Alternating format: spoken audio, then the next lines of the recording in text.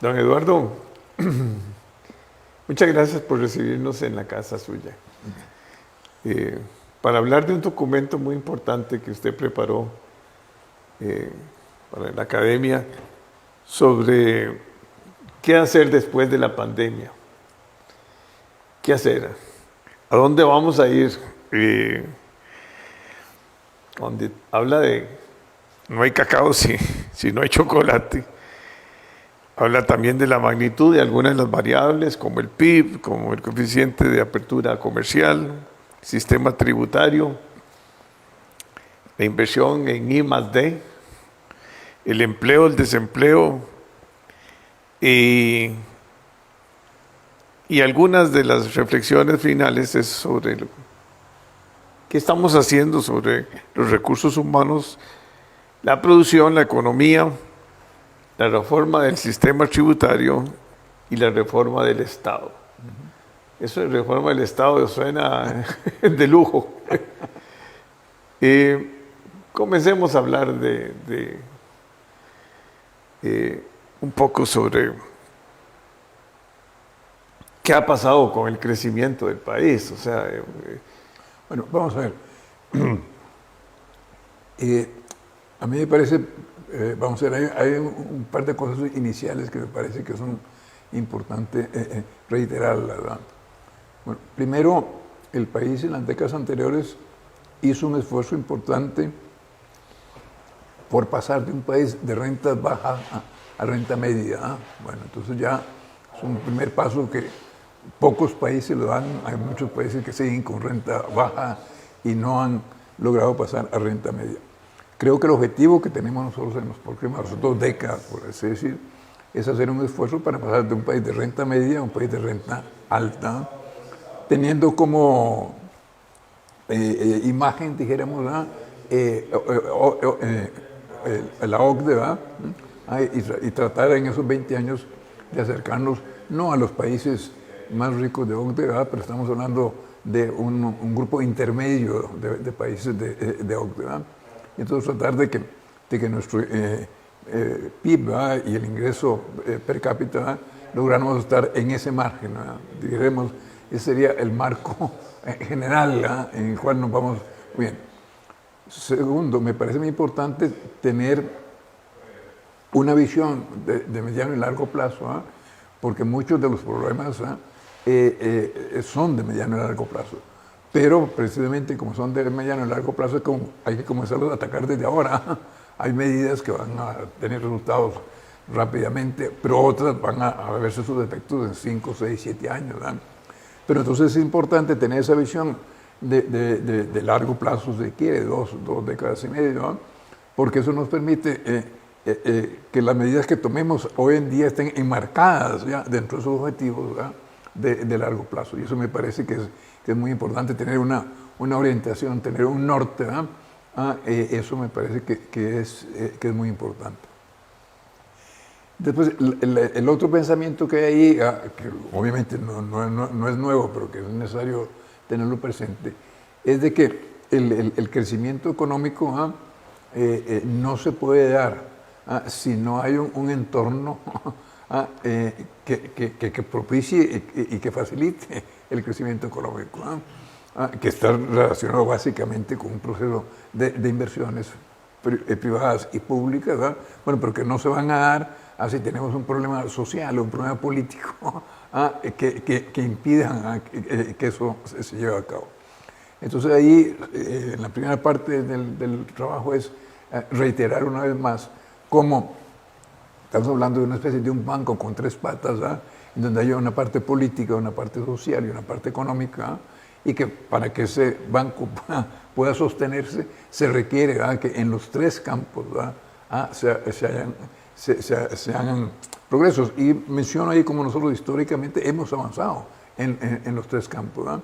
Pero eso es importante reiterarlo porque, por ejemplo, en el desarrollo económico no solamente se requiere un conjunto de medidas económicas para el sector, sino se requiere además de que se den las condiciones para que esas medidas, uno, se puedan tomar y segundo, que se puedan aplicar. Bueno, y eso hay que tenerlo presente, de que no se trata solamente de avanzar en el campo económico, o que para poder avanzar en el campo económico vamos a tener que avanzar también y resolver algunos problemas y completar, ¿verdad?, cosas que tenemos en el campo político y en el campo social. Y todavía más concretamente la relación entre el progreso social y el desarrollo económico me parece que es clave, porque el eslogan es crecer más a distribuir mejor. Es decir, uno no puede crecer si no distribuye mejor. Y a la vez, y ahí la situación no ha sido... Y a la vez también no se puede distribuir si no se puede crecer. No hay. Bueno, entonces, y son realmente caras de una misma moneda. No hay chocolate sin cacao. Y eso me parece que es tenerlo claro, porque ha habido una serie de políticas económicas en que no se ha tomado en cuenta que prácticamente toda política económica tiene un conjunto de ganadores, pero tiene también un conjunto de perdedores.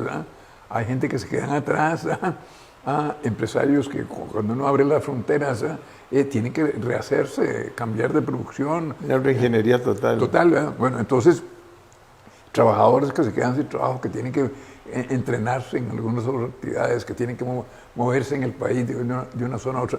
Ahí hay una cantidad de problemas que, entre comillas, son perdedores, que no ponerle atención a los perdedores hace que hayan reacciones sociales y políticas que impidan que la parte de los ganadores pueda seguir avanzando. Entonces, ahí es un poco un marco de referencia, dijéramos, que me parece que obviamente no es nada novedoso, pero que es importante reiterarlo, ¿verdad?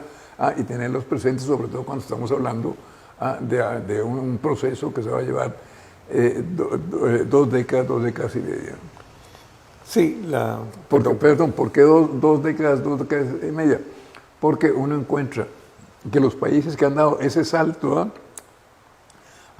tanto algunos de los países más viejos como fueron los tigres asiáticos, Corea, Taiwán, Singapur, Hong Kong, duraron eso, como otros más recientes, el caso de Irlanda, de Estonia, Nueva Zelanda, también han tenido que hacer un esfuerzo que se lleva a cabo 2 décadas y medio, porque no es fácil, es un proceso complejo, difícil. A veces hay que detenerse, a veces hay que avanzar más rápidamente, pero dijéramos alrededor de 3 décadas, que nos ubicaría en el 50 más o menos, es que habría que tener en cuenta el esfuerzo. Complejo en este país donde o sea, primero yo siento que los partidos políticos tradicionales y aún los recientes, ¿verdad?, emergentes, digamos, no tienen muy claro cuál es cuál es la visión de largo plazo. O sea, hemos creado cualquier cantidad de instituciones, ¿verdad? La mayoría se han quedado ahí, ninguna se ha cerrado prácticamente. O sea, todas están vivas. 200 y pico, no sé cuántas. Sí. Hay unos que dicen que son 300, otros 330. Pero en todo caso, la mayoría están en un área de confort, ¿verdad? Donde prácticamente no hay movilidad. Y el problema de verdad de la estructura del empleo público es bien complicada, porque ahí la antigüedad es lo más importante. Ahí es donde le dan a uno más premios, ¿verdad?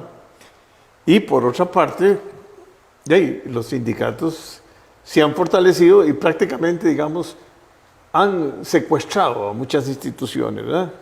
Entonces, uno ve instituciones que no evolucionan porque, y se quejan muchas porque los ministros básicamente porque dicen, bueno, es que yo no puedo tomar ninguna decisión, prácticamente, primero hicimos una fragmentación, ¿verdad? Eso es lo que dijo el ministro de Transportes en Cartago, ¿no? Sí. Correcto. O sea, pero la especialidad o la división que hicieron, esa cantidad de pequeñas divisiones o departamentos, ¿verdad? Y da poca gobernabilidad. Pero bueno, eso de la pregunta hacia dónde vamos a mediano y a largo plazo, ¿va? Eso es lo más importante, yo diría, de hacer ese ejercicio, ¿va? Un ejercicio que tienen que hacer los políticos, ¿verdad?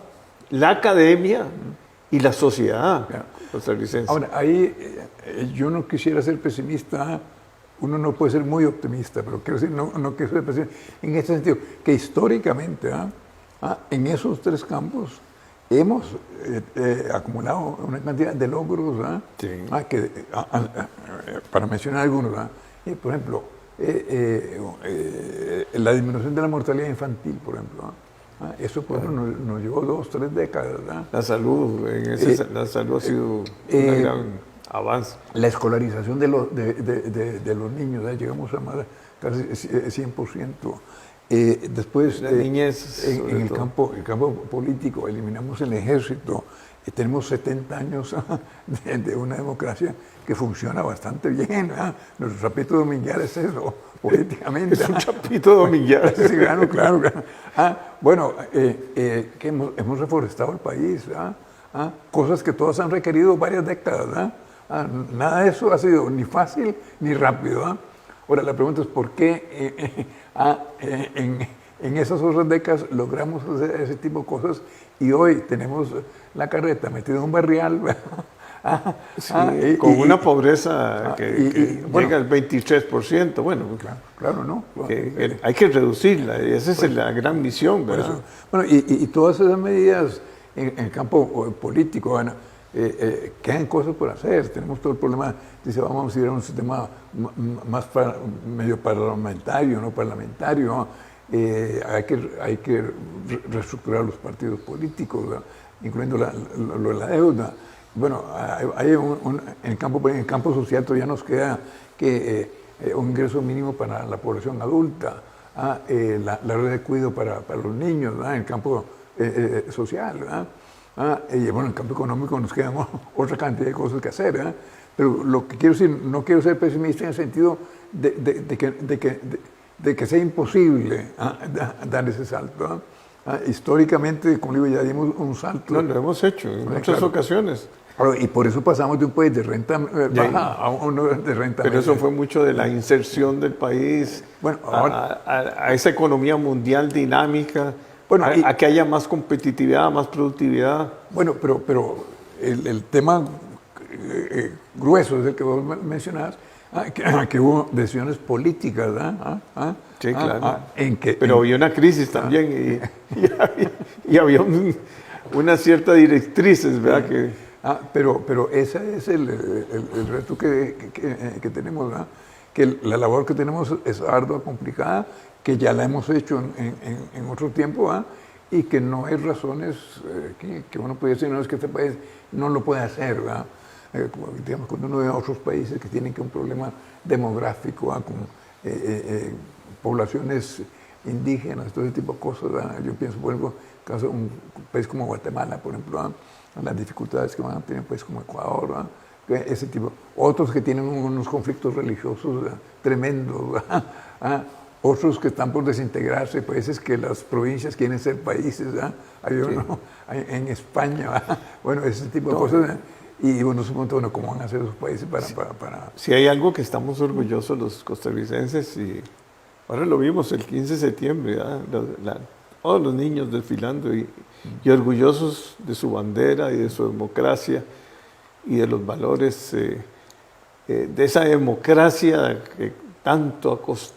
Bueno, todas las democracias cuestan, pero la nuestra ha sido estable, como usted muy bien lo dice, y hay grandes oportunidades. Aquí lo que tenemos que ver es fijar la mira, como usted lo dice, para hacia donde tenemos que dar el siguiente paso, ¿va?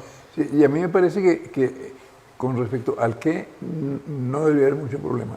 El problema es cómo. El cómo.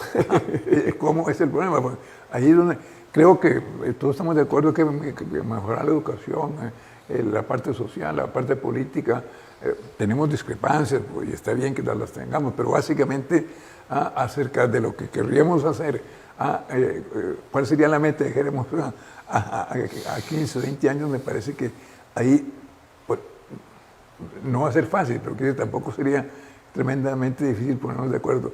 La dificultad, bueno, es cómo hacemos para pasar de A a B, del país de renta media al país de renta alta, que eso requiere unas decisiones políticas, y cuando digo políticas, de los sindicatos, de los empresarios, de los partidos políticos, de las universidades.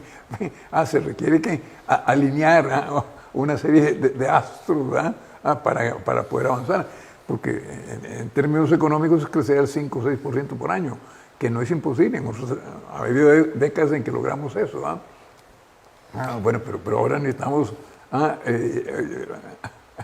en medio de una inflación de 2 dígitos, con una guerra que pareciera que va a cortarse, porque Putin nunca midió bien las fuerzas, y espero en Dios que sea esa una buena noticia a corto plazo para el mundo entero. Pero sí, en un mundo muy convulsionado, con problemas de cambio climático, ya lo sentimos, ¿verdad? Pero sí tenemos que ponernos de acuerdo con el discurso a mí me de cuál debe ser, ¿verdad? Yo he tenido la ocasión de entrevistar a mucha gente de distintos campos, ¿verdad? Desde los artistas, ¿verdad? Desde un filósofo, de los valores espirituales hasta los valores familiares, y no cabe duda que hay que llegar a primero que sea la juventud, porque no es que quiere decir que nosotros ya no tenemos un papel protagónico, pero sí la experiencia suya, el conocimiento suyo. Ese libro aporta mucho, ese folleto, el libro casi, de ciertas directrices, por ejemplo, en cuanto al ahorro, la importancia del ahorro. Un país que no ahorra es un país que no puede avanzar mucho. En cuanto a la investigación y desarrollo, lo que ha costado que las universidades entiendan que las alianzas público-privadas son importantes,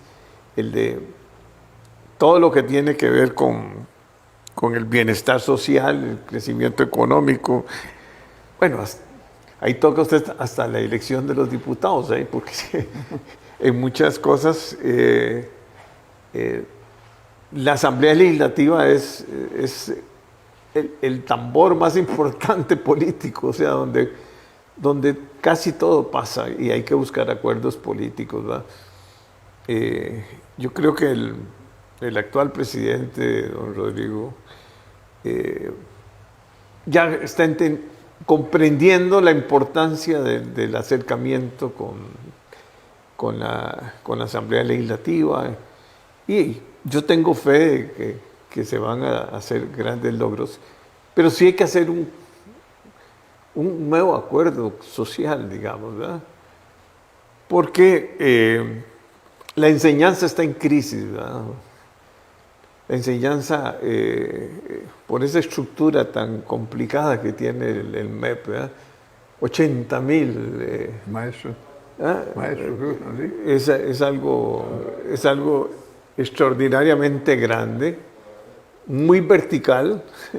Consejo Superior de la Educación que está ahí, que hay que ver si esa estructura que tiene muchos años está de acuerdo a lo que se requiere con la visión.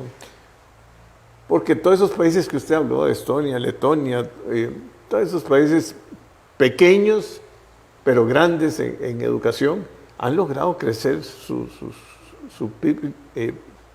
crecimiento económico.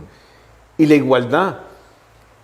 Es que si no hay una buena educación pública, no hay no hay cómo disminuir las diferencias sociales, ¿verdad? Claro que esos otros países tienen una serie de características muy diferentes a las nuestras, ¿verdad? Comenzando de que por muchos años la educación era el pilar, ¿verdad? Pero sí yo creo que, leyendo ahí lo de la formación de los recursos humanos, el problema de nuestra infraestructura, ¿verdad? El problema de la capitalización, lo que es el gasto corriente, ¿verdad? Y la eficiencia y la productividad de las instituciones. A mí me preocupa mucho cuando veo que a ninguna institución hace un rendimiento de cuentas. Lo que hacen es liquidar el presupuesto y mandárselo a la Contraloría, y la Contraloría dice que, bueno, que se gastaron el 80, el 90%, pero no hay decir, bueno, mi meta es lograr, digamos... ¿Cuál es el impacto del gasto? Bueno, ¿cuál es el impacto? O sea, cuando yo analizo una institución tan grande como el ICE y sus filiales, no le dicen a uno, mire, es que nosotros logramos alcanzar en telecomunicaciones un porcentaje de así. O sea, abrimos la 5G vamos a competir.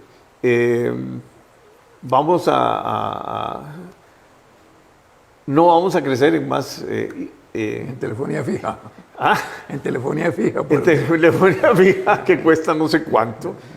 O sea, hay que desmembrar muchas instituciones, bueno, y ponerlas a competir. O sea, y lo mínimo es que tengan un programa 3 años y poder ir chequeando cada año si se van claro, acercando, ¿no? pero que haya un rendimiento. Sí, o sea, que yo pondría unas fechas para que cada institución dé su rendimiento. Oye, porque un acueducto y alcantarillado, ¿no?, tiene problemas serios para dar agua a la GAN, teniendo toda la cantidad de agua que hay en este país, ¿verdad? Porque si hay un país donde que vamos a exportar algo, podemos exportar agua, ¿verdad? Pero sí tiene, por ejemplo, paralizado mucho del desarrollo, digamos, inmobiliario aquí mismo, en la zona de Romboser, sí, y en muchas partes. Hay proyectos que no pueden arrancar porque no tienen...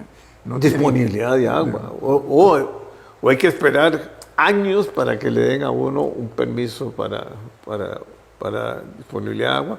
O tratamiento de aguas negras. O sea, no puede ser que una ciudad como Costa Rica no tenga una red que permita eso. Crecer al 5%, aumentar el PIB, mejorar el ahorro de un 1.7 al 5% en 2050. ¿No? El coeficiente de apertura, aumentar la apertura. Eso sí, entre las mayor cosas. inserción en la economía internacional, ¿no? Ajá. Sí. Después hablar del sistema tributario. ¿Ya? Usted conversa. Sí, que hay mucho es el cambio en vez de ponerle impuesto a las empresas, la planilla. A la planilla, sí, ir más que todo al consumo. El IVA posiblemente va a seguir siendo y debe ser más la columna vertebral de los ingresos del sistema tributario. Porque ya las aduanas no lo es. Con la apertura ya los ingresos de aduana no es que no sean importantes, pero pierden. Sí, ahí me parece que la reestructuración del sistema impositivo, con eso de lo que llamamos cargas sociales, bueno, es uno de los temas importantes que conforme se vayan disminuyendo ellos, posiblemente habrá que ajustar impuestos y posiblemente habrá que ajustar el IVA como elemento esencial. Bueno, que eso requiere tiempo, pero me parece que por ahí es donde anda la procesión. Y claro, todos esos son procesos en las asambleas legislativas de los próximos años, porque todos son cambios impositivos que están en manos de la Asamblea Legislativa. Y las cargas para fiscales que tienen los bancos estatales Claro, todo eso habría que... encarece el costo del dinero, ¿no? Lo hemos visto ahora que dicen que se va a vender el Banco de Costa Rica, hay una cantidad de gastos, y la gente está diciendo, bueno... ¿Y de dónde después? Bueno, ¿y quién va a reemplazar? Porque se supone que el banco privado no va a tener esas cargas, obviamente. Bueno, pero entonces habrá que sustituirlas o se acaban esos programas. Es que hay programas que se han financiado, que ya no requieren, o sea... No, claro, por ejemplo, seguir dándole al Banco Popular, que es ya una institución sólida y ya de las más grandes. La más sólida, sí, sí. De los bancos, los más sólidos. Sí, ya no se requiere que todos los meses las empresas y los trabajadores estén aportando a esa institución. Al principio sí lo fue, porque era una planta pequeñita que había que estar abonando. Bueno, pero ya ahora es un banco que puede volar solito con sus propias alas. Creo que no es que se lo deja el banco, sino que el banco lo jinetea durante un año. No es un aporte al banco, al patrimonio. Antes sí era un aporte al patrimonio. Bueno, después queda todo el problema, por ejemplo, de la competencia. Hay que ser un país competitivo, porque si no las empresas se duermen en los laureles. Un empresario nunca puede dormir con los dos ojos cerrados, tiene que dormir con un ojo abierto porque si no se lo lleva la competencia, se lo lleva a la corriente. Bueno, eso implica no solamente apertura para que las empresas ticas tengan que competir con las extranjeras, sino también dentro de Costa Rica se requiere mejorar todo el ámbito de la competitividad y que implica la defensa de los consumidores. Todo eso, que ahora hay una nueva legislación que vamos a ver si el Ministerio de Economía echa a andar eso, porque se pasó la ley que está bastante bien, pero no se le dieron presupuestos. Entonces la manera de que eso no funcione es no dándole presupuesto. Bueno. Necesita 3 veces el presupuesto que le dieron. No, ahí, y toda la eficiencia que se reduce en lo que llamamos todo lo que es la tramitología en el país. Bueno, ahí tienen que haber avances importantes. Algunos serían, desde el punto de vista legal, fáciles de resolver, porque algunos pueden ser puramente administrativos. Pero, como digo, hay una cantidad de áreas en donde habrá que actuar, algunas más fáciles, otras más complejas, más difíciles. Y después, en todo el campo político, creo que queda un tema ahí de si vamos a ir con toda esta diversificación de partidos, si vamos a ir a algún régimen semiparlamentario, alguna cosa de esas que va a cambiar la marcha, las facultades que tienen los diputados.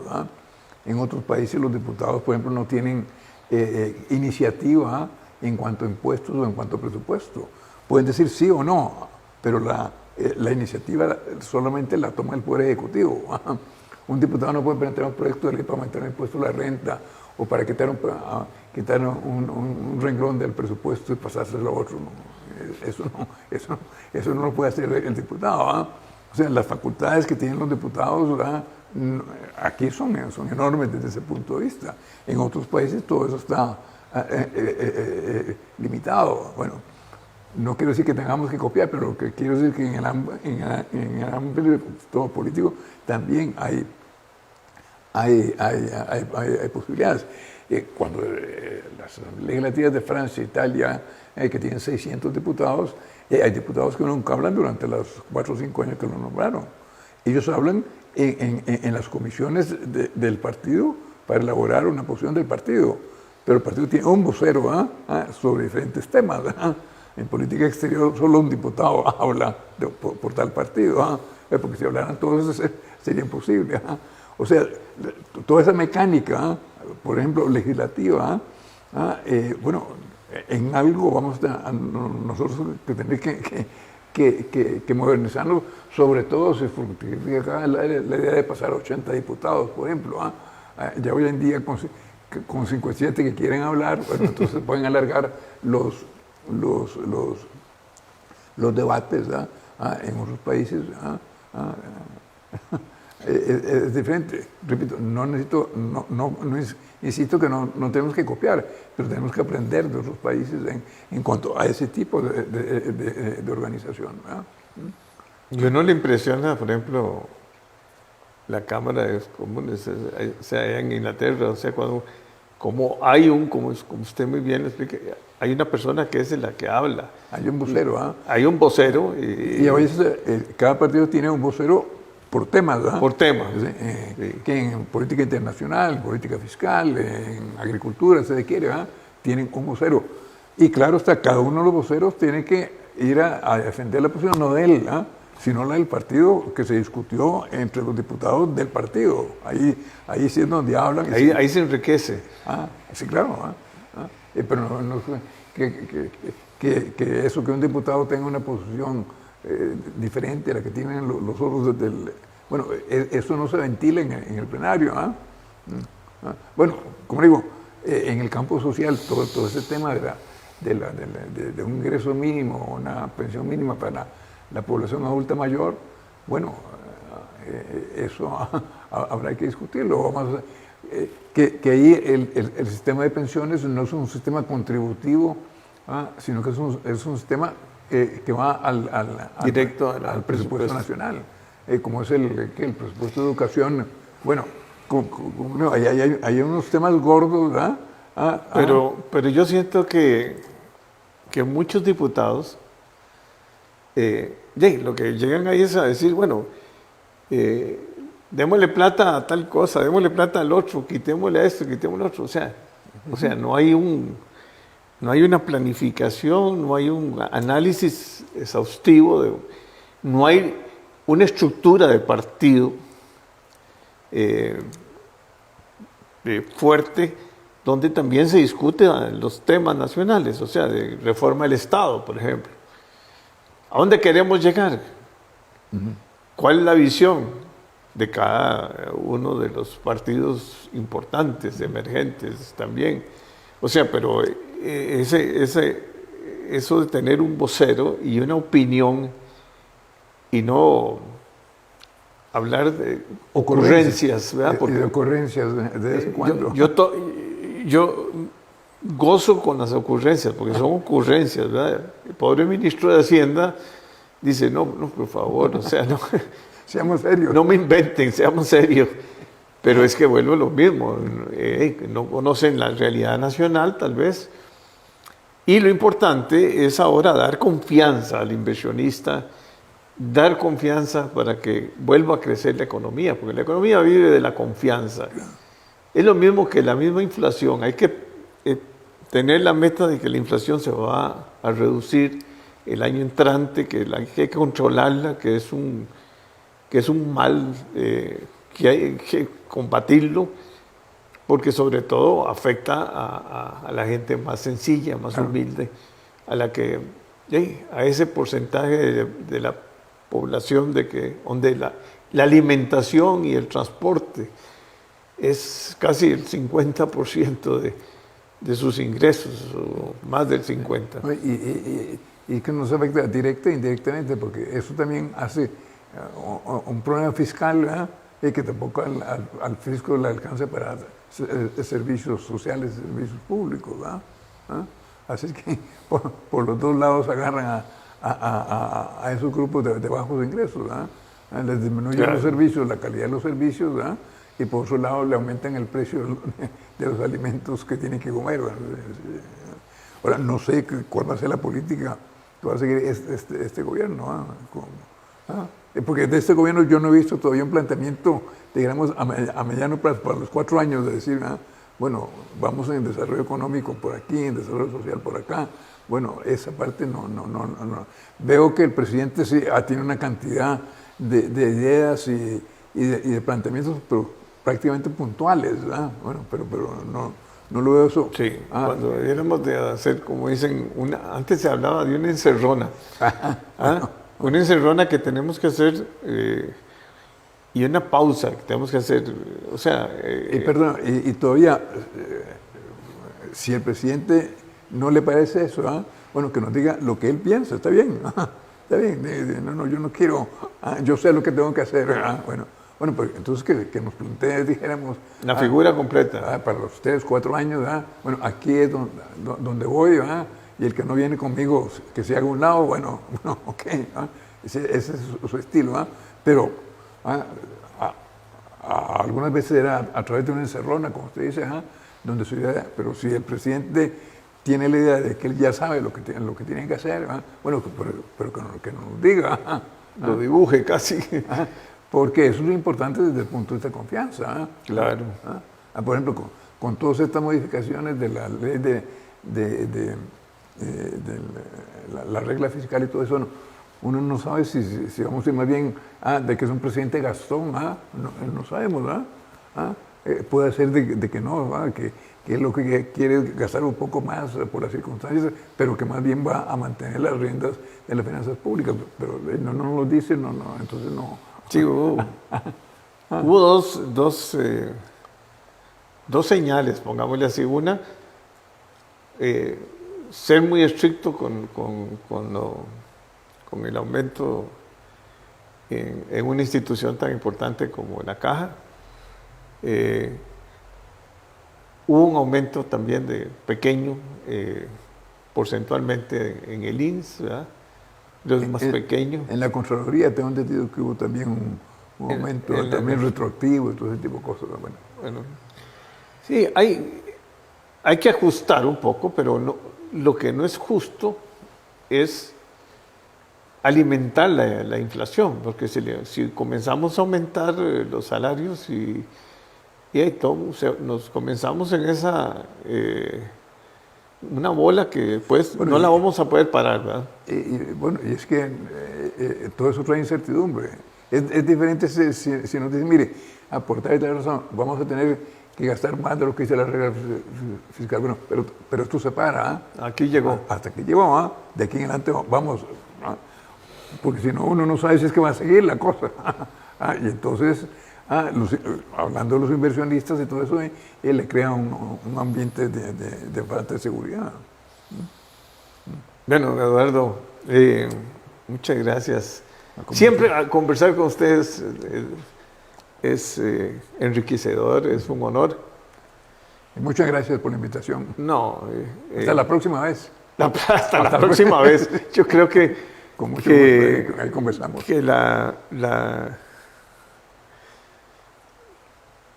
personas tan lúcidas como usted, con la experiencia suya y hasta la forma en que estructura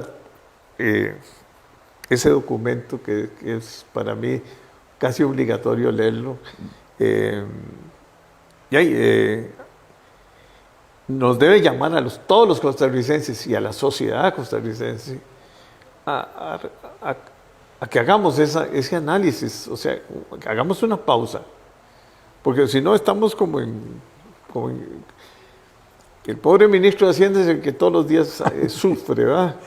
Todos los días tiene que pagarle a alguien. Tiene que pagarle a alguien. Ahora vienen las obligaciones grandes en enero del bono, del eurobono, sí, que son más de $1,000 millones. Se va a aprobar, creo yo, el endeudamiento de los eurobonos.